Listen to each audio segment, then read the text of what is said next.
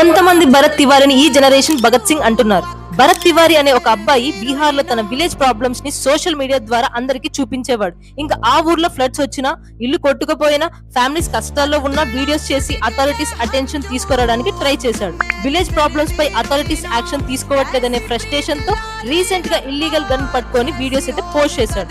ఆ వీడియోస్ అన్ని వైరల్ అయ్యాయి. దాని తర్వాత పోలీసు టీం అరెస్ట్ చేయడానికి వెళ్ళింది.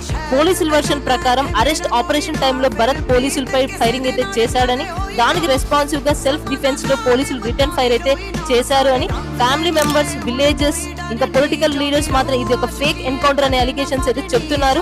సోషల్ మీడియాలో వైరల్ అయిన ఒక వీడియోలో భరత్ వెపన్ వదిలేసి సరెండర్ అయినా కూడా పోలీసులు అయితే ఫైరింగ్ చేశారు. ఈ ఇన్సిడెంట్ బీహార్ అంతటా అవుట్రేజ్ అయితే క్రియేట్ చేసింది. రోడ్ బ్లాక్స్ చేసి ప్రొటెస్ట్ అయితే జరిగాయి. క్యాండిల్ మార్చెస్ అయితే నిర్వహించారు. జస్టిస్ కోసం డిమాండ్ చేస్తున్నారు. ఇప్పుడు అందరి క్వశ్చన్ ఒక్కటే, పోలీసులు చెప్పేది నిజమా లేక ఫేక్ అలిగేషన్స్? మీ ఒపీనియన్ ఏంటో కామెంట్ చేయండి.